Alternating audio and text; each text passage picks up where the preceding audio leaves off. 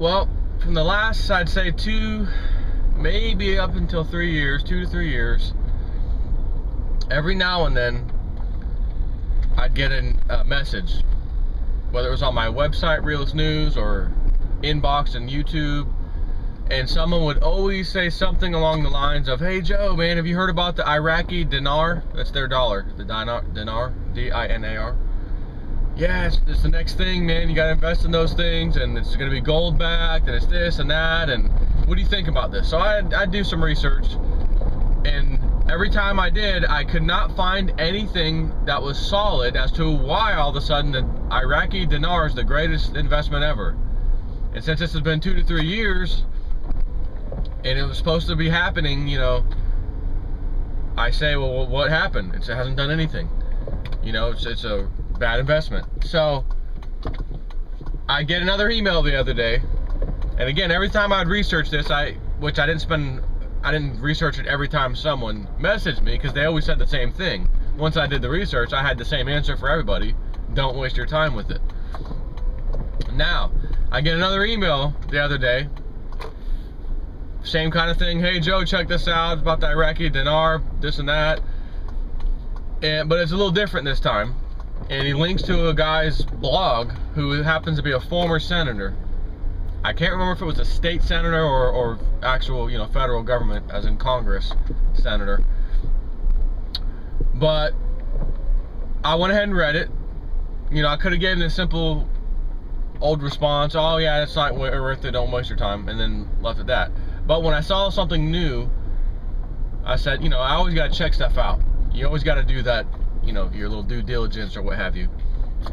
So I checked it out, went to the guy's blog. He's got a huge story about why it would be a very good idea.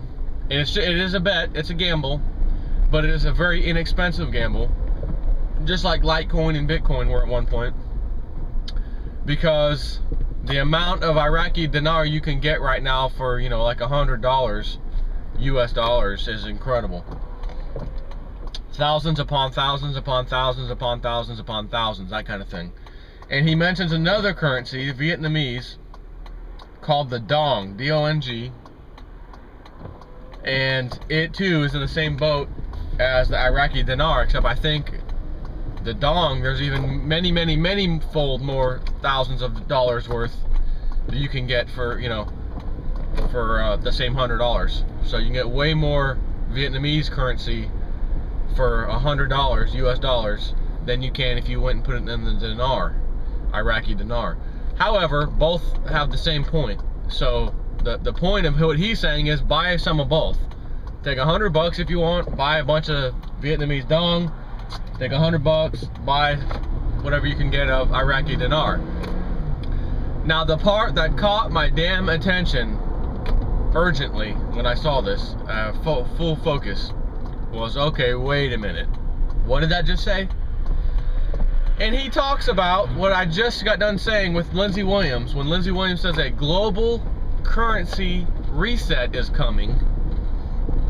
And all of these currencies, it's according to Lindsey Williams. And let me clarify something about Lindsey Williams first that I meant to do the other day.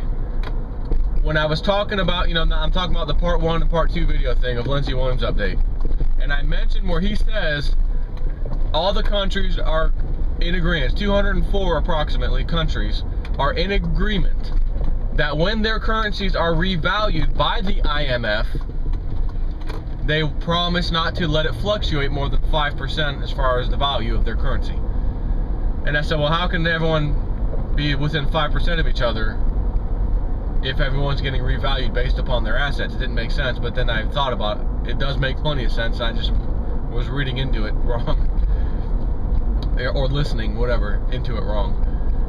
And that is, once your country's dollar has been revalued by the IMF, it will be solely based on assets. So some countries that don't have that many assets, their currency is going to get revalued lower than the other countries that do have some assets. And those who have a lot of assets are going to be having the most powerful dollar, basically. What that means is, once it's been revalued, that doesn't mean every country is going to be within 5% of each other. It just means when every country has their currency revalued at whatever the IMF says it's revalued at, you then promise as a country not to allow it to fluctuate more than 5%. That's the agreement. So that's my clarification. So back to this former senator guy, and I'm going to link to his site below in the description box in this YouTube video. But he says there is a global, and by the way, he said this before Lindsey Williams said this on his blog. He says a global currency reset is coming. And when the currency resets, some currencies have to be revalued fairly now, who weren't so fairly valued. One of those countries being Iraq, and the other being Vietnam. So, if you look at what the Iraqi dinar is against the US dollar and the Vietnamese dong is against the US dollar, you will see that you could buy like tens of thousands and thousands and thousands of these currencies with literally $100 US dollars right now.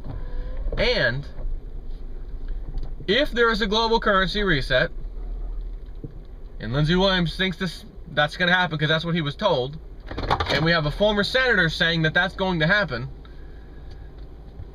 and he mentions Iraq more so than Vietnam because Iraq has a very large amount of oil. So normally you'd say they've got some good assets. As a matter of fact, why is their dollar so crappy in value? Because Iraq and Iran were the two countries who told the United States to screw off. We don't want to be selling our oil for your US dollars. The only two countries in the Middle East that did that. So we basically said, okay, one of you we're going to go to war with, the other one, Iran, we're trying to go, or have been a few times trying to go to war with Iran. And by coincidence, they both didn't allow their oil to be sold with US dollars. So Iraq has some assets, okay? That's the point of this conversation right now. Vietnam, I can't sit here and tell you what they've got as far as assets. He mentions they've got a bunch of rice and food, so that's an asset. But again, we know about oil. So if Iraq has a bunch of oil and they're part of this global currency reset, that means that their dollar stands to get revalued very, very greatly.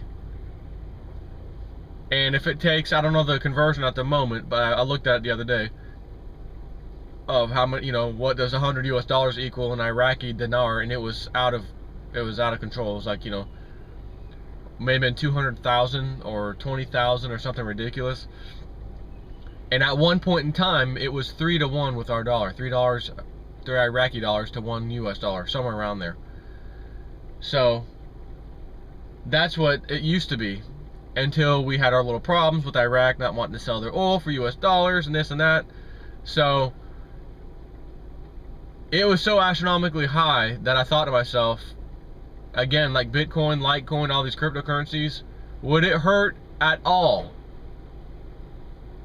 At all? If you put a couple dollars in each of those? And the answer is no. So I think I'm going to do that in the next month or two. Take care.